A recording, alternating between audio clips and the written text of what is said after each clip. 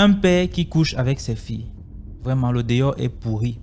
L'histoire m'a été racontée par un de mes abonnés. Vous savez, pour encourager ceux qui racontent, il faut simplement dire merci pour l'histoire en commentaire. C'est très important. Ça demande beaucoup de courage de monter, raconter ce genre d'histoire-ci. L'histoire-ci est terrible. Hein?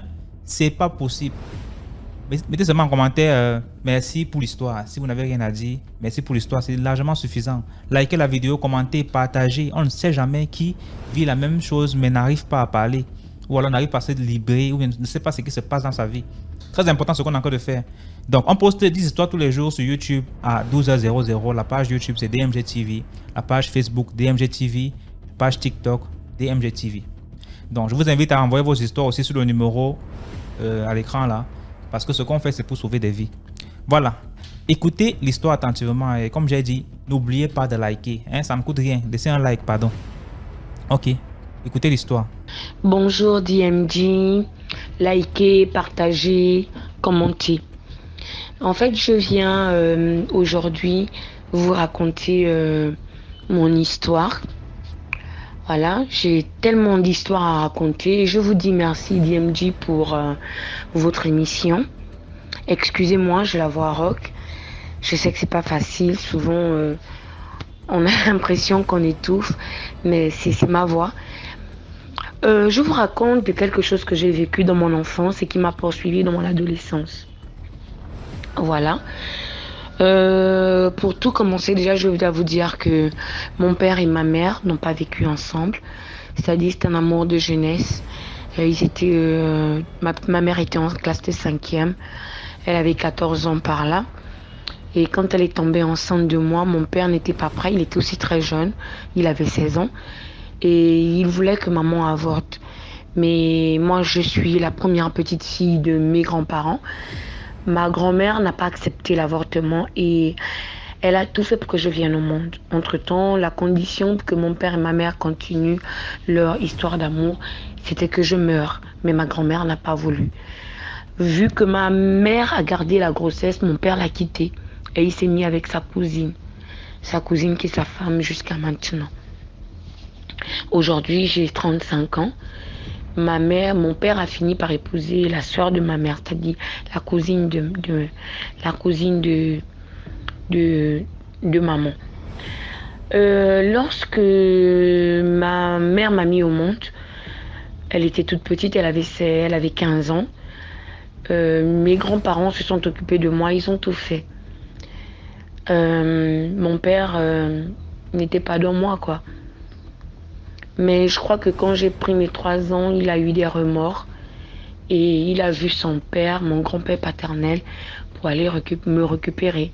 Mais lorsqu'il vient de me récupérer chez ma grand-mère, il ne consulte pas ma mère. C'est-à-dire ma grand-mère ne juge pas que ma mère doit être mise au courant. Donc il me récupère comme ça parce que ma mère déjà elle était mineure. Donc ce sont ses parents qui ont décidé de me rendre à mon père, à la famille de mon père. Donc je vais et mon père me récupère. Il est à l'université, il termine. Je vous rassure que mon père était très intelligent. À 16 ans, il est à l'université déjà. Voilà, il allait vite à 16 ans. Et avant ses 23 ans, il était cadre dans une entreprise de la place, la capitale de mon pays. Voilà. Donc, quand mon père me récupère à l'âge de 3 ans, mon père commence à travailler. J'avais, je crois, 6 ans, 7 ans par là. Il me récupère, il me met à l'école. Moi aussi, j'étais très intelligente. À 6 ans, à l'époque, j'étais au C1. J'étais au CP2, oui. Et là, je commence à avoir des rêves bizarres. Donc, les rêves où mon paternel me poursuivait dans les songes. De 6 à 8 ans, je faisais ce même rêve, mais je réussissais à me cacher dans une maison abandonnée. Et quand j'entrais, il n'y avait plus de porte, il n'y avait plus de fenêtre et il n'arrivait pas à accéder. Mais il tournait autour de la maison. À l'âge de 8 ans, je ne sais pas ce qui s'est passé. J'ai fait ce songe-là à 8 ans. Et là, il a pu m'atteindre. Et lorsqu'il m'a pu me tenir dans ce rêve-là. Il m'a fait des attouchements sexuels. Et dans mon songe, je me disais, non, ça va aller, tu n'auras pas mal, tu n'auras rien, et tout, laisse-toi faire. Et honnêtement, quand il m'a touchée, j'ai ressenti un grand plaisir. Et au réveil, j'ai eu mon premier orgasme à l'âge de 8 ans. Et depuis 8 ans jusqu'à 17 ans, je faisais souvent ce même rêve, mais là, je ne le voyais plus. Je voyais juste quelqu'un qui venait, qui me touchait. Et je vous assure, DMG, j'aimais cette sensation de plaisir intense. Aujourd'hui, je ne me cache pas, c'est quelque chose que j'avais honte de raconter, quelque chose que j'avais honte de dire. Mais aujourd'hui, je préfère le dire parce que à travers votre histoire, je vois que vous aidez beaucoup de personnes. Et à travers ces histoires, quelqu'un peut vivre la même situation que moi. Et puis après, se dire que c'est pas normal qu'il puisse aller voir un tradipraticien ou aller à l'église, se confier à un pasteur pour être délivré. Je vous assure que de 8 ans à 18 ans, j'ai aimé ces attouchements dans les rêves. Parce qu'à chaque fois que ça m'arrivait, je ressentais un plaisir intense et je me réveillais. Je me sentais... j'avais du plaisir en fait. Et je vous assure, DMG, que je suis arrivée à un niveau où j'avais envie d'avoir ce rêve. Et sans vous mentir, j'étais tombée amoureuse de cet être-là qui venait me toucher. Ce qui fait que j'ai eu du mal à me mettre en relation avec quelqu'un de normal. Pour moi, j'étais tombée, depuis mon enfance, j'étais tombée amoureuse. Mais là, je ne voyais plus mon père, je voyais maintenant... je ne voyais pas vraiment le visage de quelqu'un, je voyais juste quelqu'un qui venait, qui me prenait par l'arrière, qui me caressait et je savais que c'était lui et je me laissais faire parce que j'aimais quand il me touchait, j'avais du plaisir, quand il me touchait je me sentais bien, j'étais amoureuse et dans la réalité j'étais amoureuse de cet être dans mon rêve. DMG, je ne vous mens pas, je ne vous cache pas, je vous dis quelque chose que j'ai vécu, j'étais amoureuse. Et je me rappelle quand j'avais 17 ans, je lui disais, mais moi j'ai envie d'être bien avec toi, j'ai envie de me mettre avec toi et tout ça. Et lui me disait, mais on communiquait déjà dans les rêves. À chaque fois que je rêvais de lui, je savais que c'est une histoire d'amour que je vivais avec cet être-là. Et après, il s'est présenté à moi. C'était un très bel homme. Quand je lui disais, mais pourquoi je ne vois pas ton visage? Pourquoi je ne peux pas te voir et tout? Après, un soir, il est arrivé dans les songes. Il s'est présenté à moi. C'était un très bel homme, Carteran. Il était beau, il avait de beaux cheveux et tout. Il était bel homme et il me disait, mais là, je suis tout à toi. T'es à moi, ne me trompe jamais. Dans les rêves. Et cette relation m'a beaucoup plu. Je ne vous cache pas, DMG, vraiment. Mais c'est aujourd'hui que je regrette parce qu'après, je me suis rendu compte plus tard que j'étais avec un être spirituel. Mais à l'époque, quand ça m'arrivait, aujourd'hui j'ai 35 ans, j'aimais cet être-là. Ce qui fait qu'au lycée, quand un homme m'approchait, il n'y avait aucun homme qui égalait sa beauté en fait. Il n'y avait aucun homme qui égalait son physique. Il n'y avait aucun homme qui pouvait l'atteindre à la cheville. Et la manière qu'il me touchait, aucun être ne pouvait me toucher comme lui en fait. Je ne ressentais rien. Quand j'ai eu mes 18 ans, il y a un gars en classe, j'étais en classe de terminale, un gars qui voulait vraiment de moi et tout, dans ma salle de classe.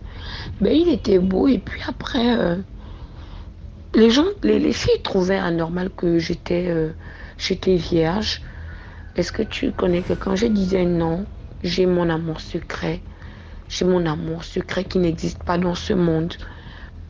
Mes copines trouvaient ça étrange. Elles me disaient non, toi. Et elles ont mis ça sur mon père. Parce que mon père, il était très sévère. Je vous assure que mon père ne tolérait pas que les hommes nous approchaient, ma petite soeur et moi. Les raisons qu'il trouvait toujours, il dit non, la femme est celle-là qui a son diplôme. Parce que vous, les femmes, quand vous commencez à avoir les petits amis, à vous prendre la tête, après un moment donné, vous ne vous concentrez plus dans l'école. C'est mauvais lorsqu'une femme rate ses études. L'homme, les entreprises peuvent prendre un homme. Il y a les entreprises de brasserie, de tout, qui ont besoin de la force physique d'un homme. Mais vous, les femmes, souvent, vous finissez ménagères, nourrir, loger. Vous finissez à faire des petits boulots en bordure de route pour vendre. Donc, papa lui disait, je ne veux pas de relation. DMG, je vous raconte une histoire que moi j'ai vécue. Jusqu'en classe de terminale, papa nous emmenait chez un gynécologue pour voir si notre hymen était toujours en place. Et quand j'étais en classe de seconde, ma petite soeur est allée passer les vacances chez le côté paternel de sa maman. Je vous dis déjà que sa maman est la cousine de maman. Elle allait passer les vacances dans une autre ville de mon pays, chez les parents de sa mère en fait. Parce que ma marâtre, elle et moi, on est parentés de son côté paternel. Maintenant, ma petite soeur, elle est partie chez les parents maternels de sa maman. Donc quand elle est là-bas, elle est tombée amoureuse là-bas et tout. Et puis, elle s'est laissée aller et elle a été déviergée là-bas. Et c'est une parenthèse que je prends dans mon histoire pour vous montrer à quel point mon père était contre le fait qu'on aille voir des hommes. Au retour des vacances, il nous a emmenés chez le gynécologue. On a découvert que ma petite soeur, elle n'était plus vierge en fait. DMG, c'est que mon père a fait ma petite soeur devant nous toutes. Il a rasé ma petite soeur à la bouteille. Il a enlevé les cheveux de ma petite soeur à la bouteille. On était au salon, on était assises, tout, parce que j'avais aussi mes 2 cousines que papa gardait et tout. On était assis au salon. Il nous a fait asseoir pour qu'on subisse la torture que ma petite soeur devait avoir. DMG, il a torturé ma petite soeur. Il a rasé à la bouteille comme on rase les prisonniers. Il l'a frappé. Il a frotté le piment dans le sexe. Et il a dit, regardez bien, la personne qui va aller voir un homme va subir la même chose. DMG. J'étais en classe de première, ma petite soeur était en classe de 3e. DMG, cette torture nous a traumatisés. Ma petite soeur est tombée malade jusqu'à ce qu'on l'a internée dans un hôpital de la place. Il a eu des problèmes avec ma marâtre parce que ma marâtre a dit, je ne comprends pas comment est-ce que l'enfant allait, elle est déjà grande en fait. Elle n'avait pas encore 18 ans, c'est vrai, mais toute femme passe par là. Chacun a son histoire. Comment aller jusqu'à torturer l'enfant? Déjà, tu la rases, tu la frappes avec il allait arracher le détendeur de la bouteille de gaz. Il a mouillé ma petite soeur toute nue. Il l'a frappée. Je te dis que frappé de telle sorte qu'elle s'est blessée. Jusqu'après, il a écrasé le piment dans le moulinex. Il a frotté partout dans le sexe de ma petite soeur. À l'anus, dans le sexe et tout. Et il a dit non. Et désolé, c'est ma fille qui a ouvert la porte. Et il a torturé ma petite soeur. Ça m'a traumatisée, mes cousines et moi, de telle sorte que même au lycée, papa avait dit que si un garçon pose la main sur vous seulement, vous êtes morte en guerre. Au lycée DMG, moi personnellement, ça m'a traumatisée.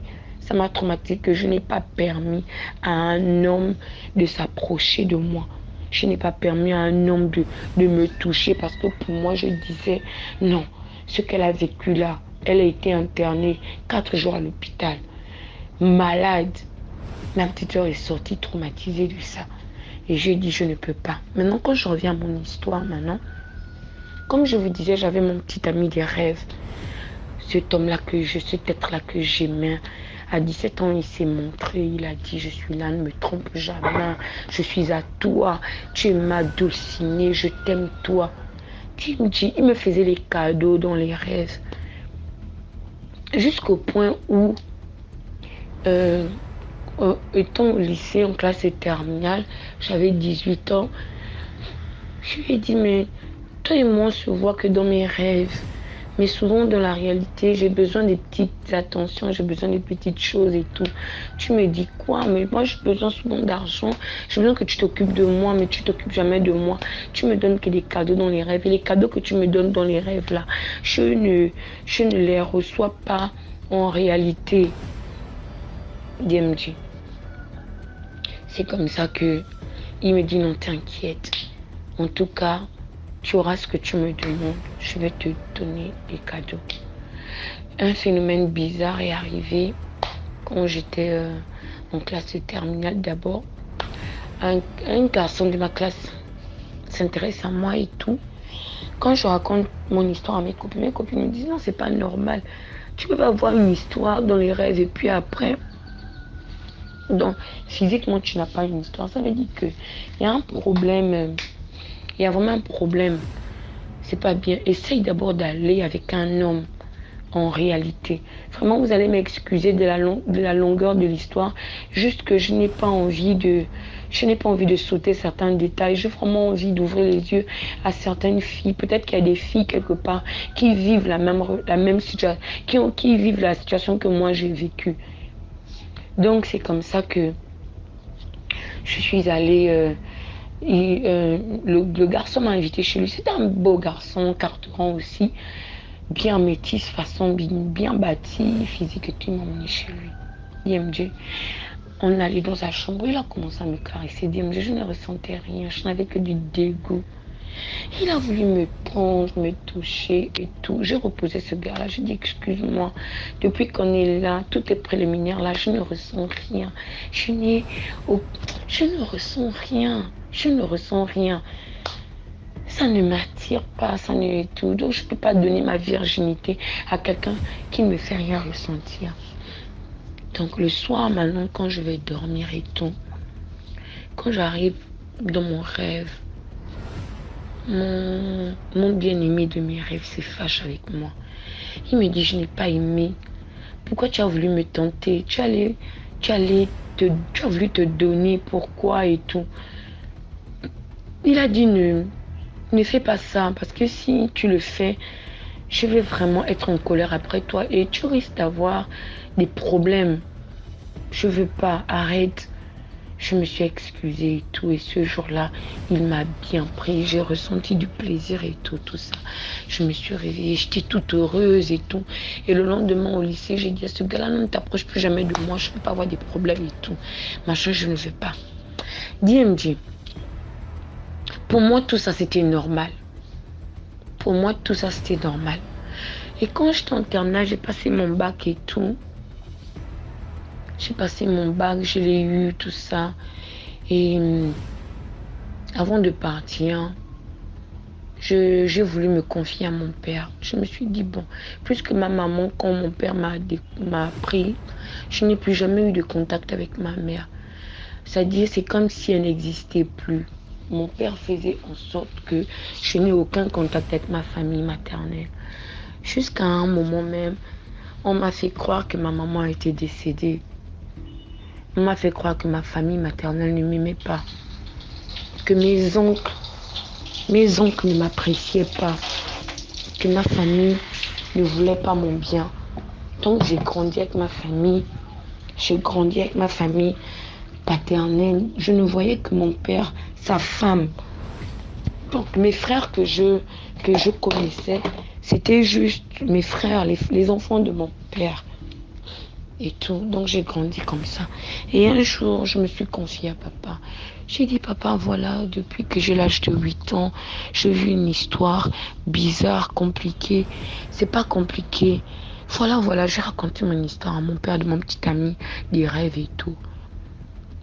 Papa, au lieu de trouver que c'est anormal, il m'a dit, ma fille, il y a deux mondes. Il y a le monde spirituel et le monde physique. Mais dans les deux mondes, tu peux vivre. Tu peux vivre. Tu peux vivre. Tu peux choisir de vivre là où tu veux. Tu peux choisir de t'intéresser au monde spirituel comme tu peux choisir de t'intéresser au monde physique. Il n'y a rien de mal dans tout ça. Si tu aimes déjà quelqu'un dans ce monde spirituel-là, c'est que c'est ton amour. Tu n'en as pas besoin. Et là, je dis à mon père, mais j'ai besoin de lui ici, j'ai besoin, parce que ici, on dit que je suis vierge, tout le monde pense que je n'ai pas un petit ami et tout. Moi, j'ai vraiment besoin qu'il soit avec moi, à mes côtés, que dans le monde physique, elle me balade avec lui et tout. Papa dit non. Dans le monde spirituel, il y a aussi les plages, il y a aussi tout, donc tu peux te balader et tout. Ah, j'ai dit, bon, ok, d'accord, il n'y a pas de souci. Je suis allée à l'université. Et quand j'ai eu mon bac, papa voulait que j'aille en Europe. Et j'ai eu une prescription pour Saint-Cyr, l'armée, médecine militaire. Mais moi, n'étant pas dans le système de la médecine, moi, j'ai refusé. Je me suis inscrite dans une université ici au pays.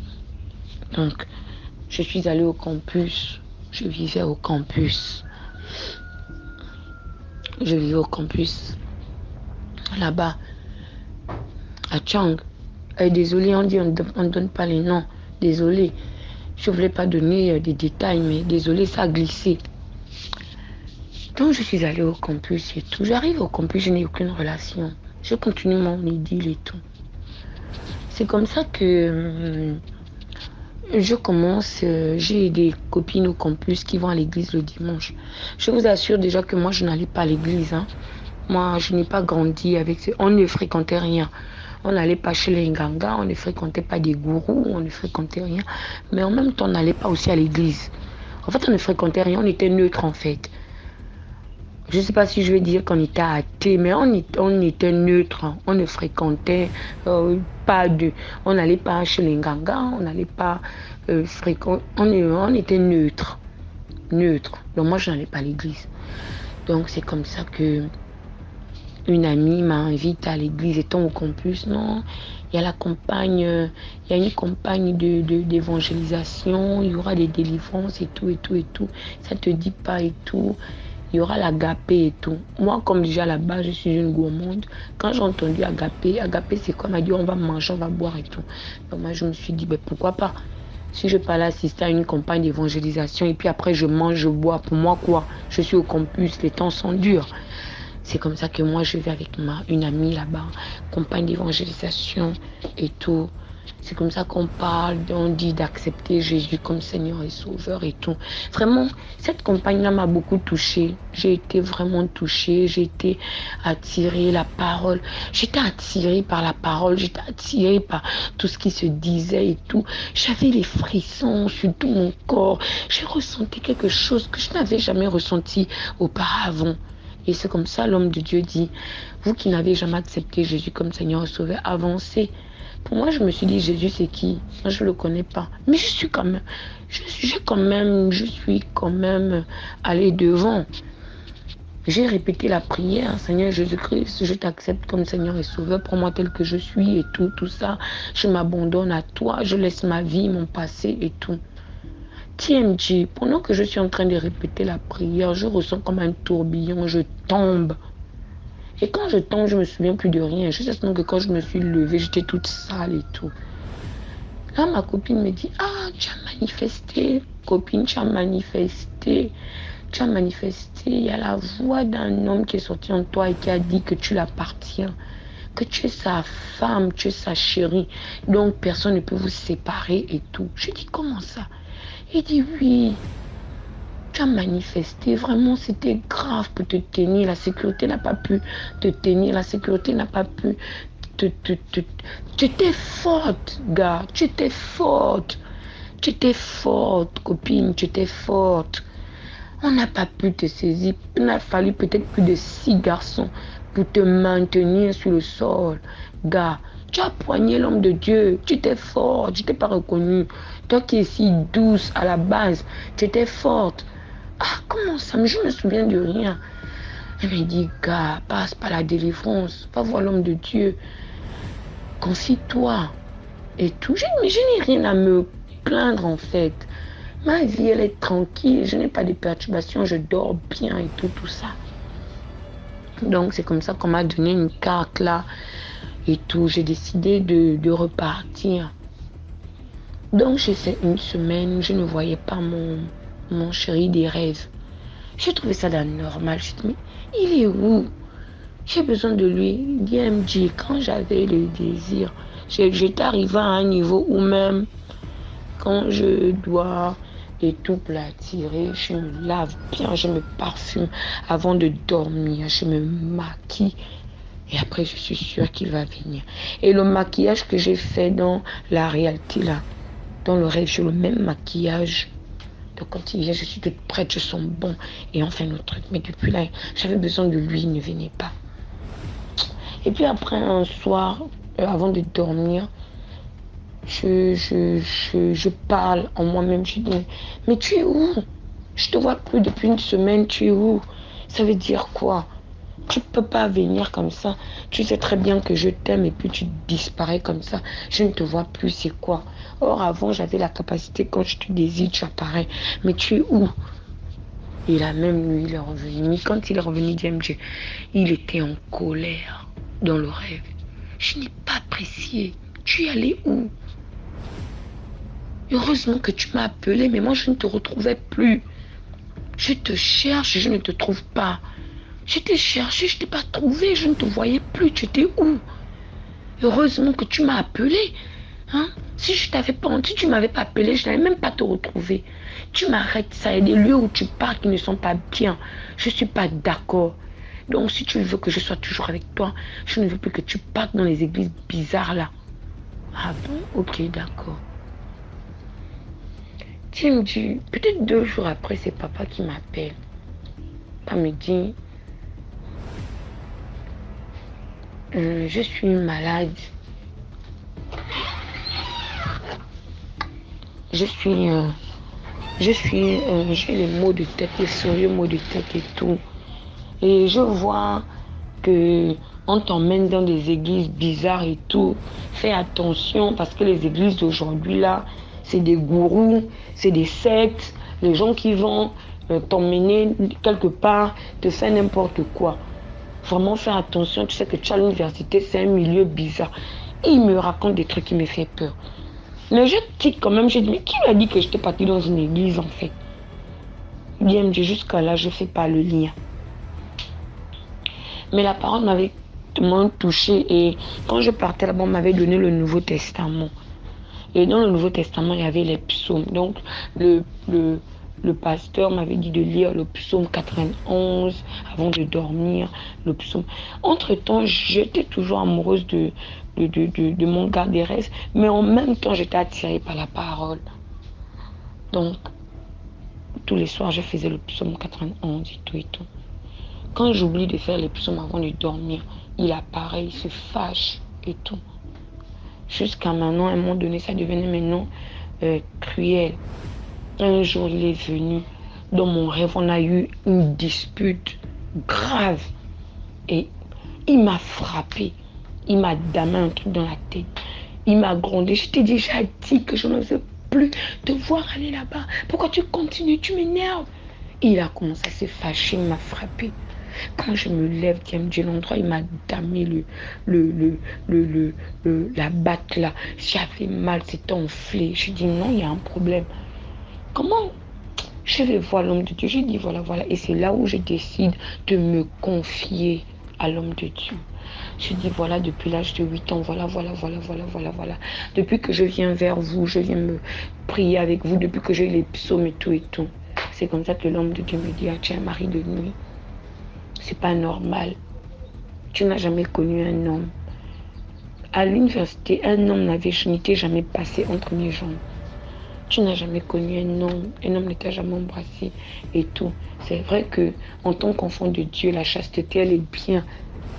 Mais c'est pas normal que tu aies des orgasmes dans tes rêves. C'est comme ça que l'homme de Dieu a dit.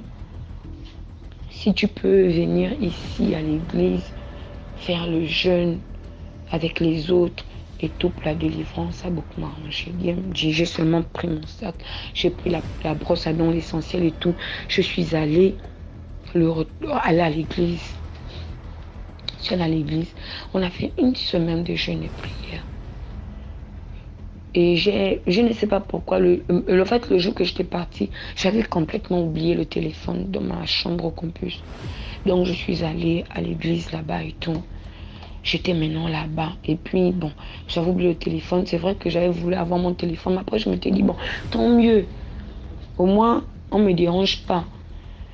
J'ai commencé à faire la prière avec les autres. J'ai jeûné. La première fois que j'ai fait le jeûne, j'ai fait le jeûne Esther pour la première fois de ma vie. J'ai vu beaucoup de choses bizarres qui sont passées, les combats, tout ça. Je suis restée là-bas, j'ai fait ma délivrance. Comme ça que j'ai découvert que j'avais un mari de nuit et tout. Et après, le 6e jour de mon jeûne et de prière avec les autres et tout, je suis en train de dormir, DMG. On m'a sur la natte dans l'église. Je suis en train de dormir, je vois mon père apparaître. Mon père me dit, tu veux que je meure? Tu veux que je meure? Tu veux que je meure? Qu'est-ce qui a changé quand je ne te donne plus le plaisir? J'ai dit, mais papa, quel plaisir? Il dit, tu es venu ici, tu veux me tuer? Je te cherche, je ne te trouve pas. Tu veux me tuer? Tu veux que je meure? Et puis tu restes? Tes frères vont faire comment sans moi? C'est de toi que je puise ma puissance. Tout ce que j'ai, c'est avec toi que je travaille. C'est ta semence que je prends. Et puis, je veux aussi dire que vraiment, c'était vraiment bizarre. À chaque fois que je faisais des rapports dans les rêves, quand je me levais, papa avait toujours quelque chose de nouveau. Parfois des promotions. Et quand j'avais dit dans le rêve que, mais tu ne me donnes pas l'argent et tout, mon père avait commencé à me donner des grosses sommes d'argent. J'étais l'enfant chéri de papa. Et de telle sorte même que ça attisait la jalousie vis-à-vis de sa femme, vis-à-vis de mes frères. Parce que mon père, c'était le genre, quand je demande même 50 000, c'est 200 000 qu'il va me donner. Je détenais la carte bancaire de papa. Mais j'étais tellement bien élevée que moi, l'argent n'était pas mon truc. Moi, mon argent, c'était juste pour manger. Quand tu vois, je vais retirer de l'argent dans le compte de mon père. C'était pour aller prendre 30 000 parce que je voulais aller manger au fast-food. Comme j'aimais les shawarma à la viande, là. C'est là où je partais, je prenais mon sur le shawarma, j'invitais mes amis et tout pour manger. C'était pas vraiment dans le style que je voulais prendre de l'argent pour faire quoi que ce soit. Non. Quand j'avais dit à mon mec des rêves là que je voulais, tu ne me donnes pas l'argent et tout, papa commence à me remettre de l'argent, beaucoup d'argent. Il m'a même ouvert un compte. Je n'étais que en terminale, il m'a ouvert un compte. J'avais près de 3 millions dans mon compte. Et chaque fin du mois quand j'étais à l'université, puisque moi je n'avais pas la bourse, ils voulaient m'envoyer en Europe. Mais moi, j'étais allée m'inscrire à l'université. Donc, je me débattais. Donc, c'était les sommes de 300, 400 000. J'étais plus payée même qu'un fonctionnaire. Et ce jour-là, il me dit tout ça. Okay?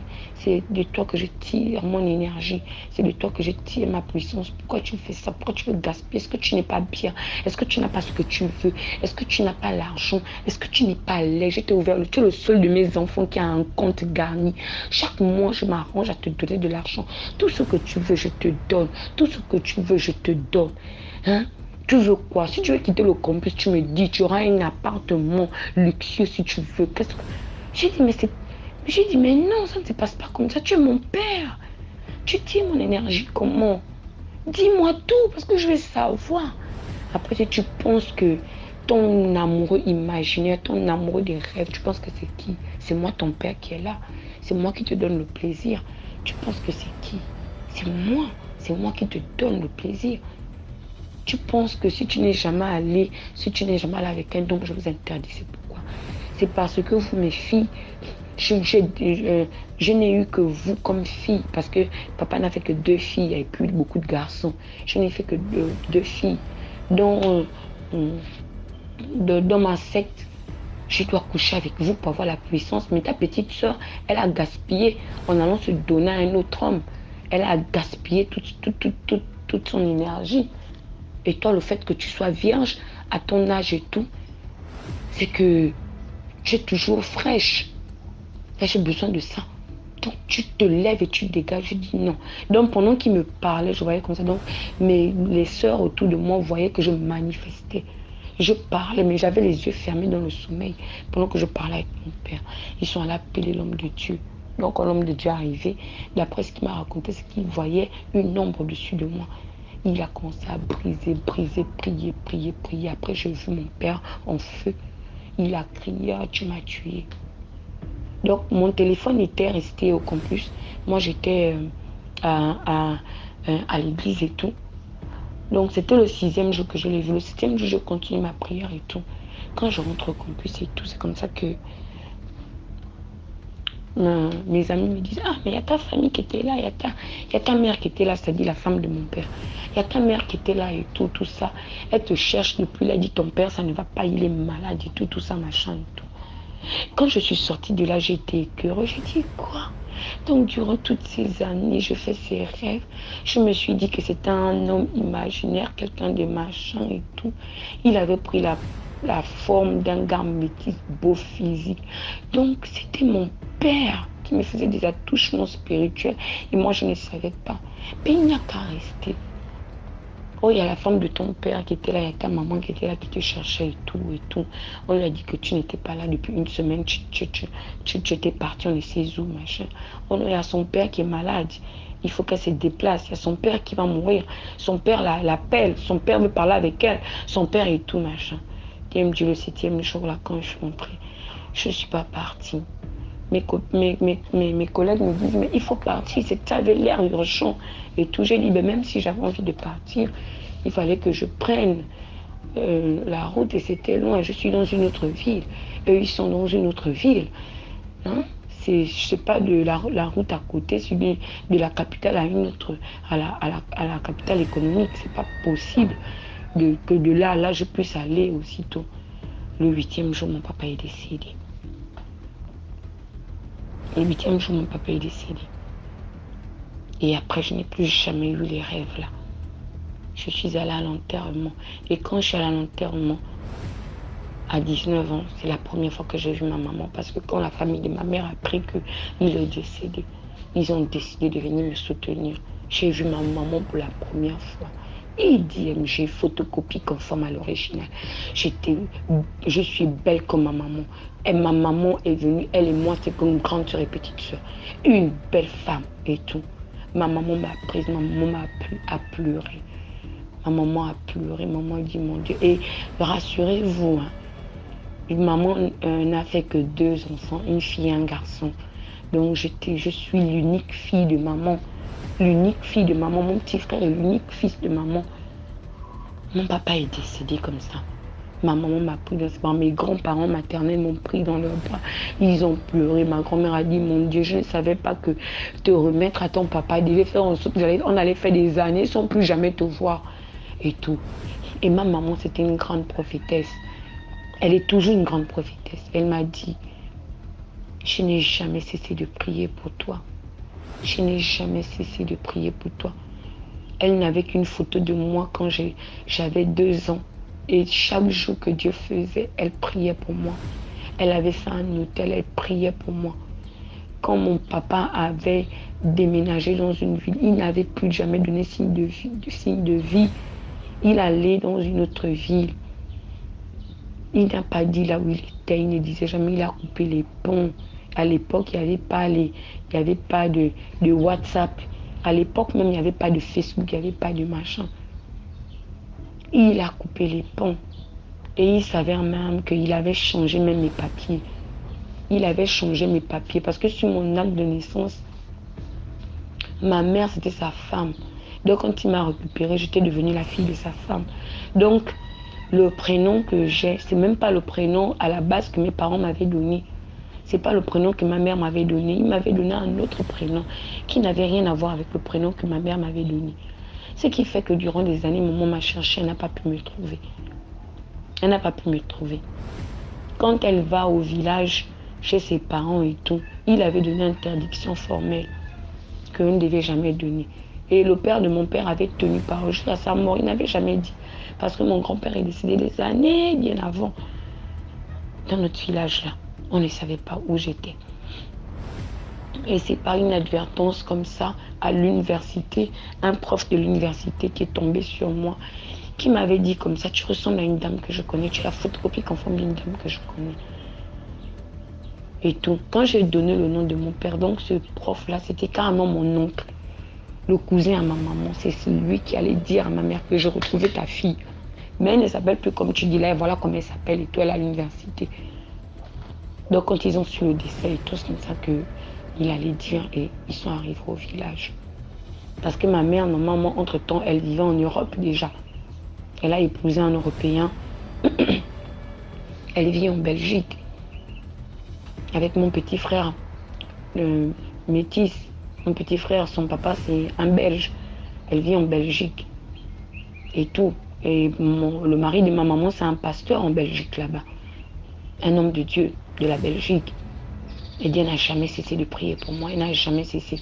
À un moment donné, elle a même cru peut-être que j'étais décédée et puis il ne voulait pas qu'on sache que j'étais morte.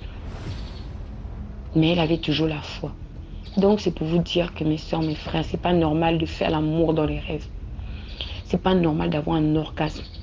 Et je vous dis déjà, avec mes recherches, j'ai découvert que les maris de nuit donnent plus de plaisir que les vrais hommes sur la terre. Je ne vous cache pas. Parce que je vous assure que depuis que j'ai fait l'amour physiquement, aucun homme ne m'a, même mon mari ne m'a jamais donné cet orgasme-là que cet être spirituel-là me donnait. Et je rends gloire à Dieu parce que j'étais délivrée. Et je connais de l'orgasme avec mon mari. Je trouve des stratégies. Je me touche, je fais tout pour qu'au moment où il me prend, je ressens.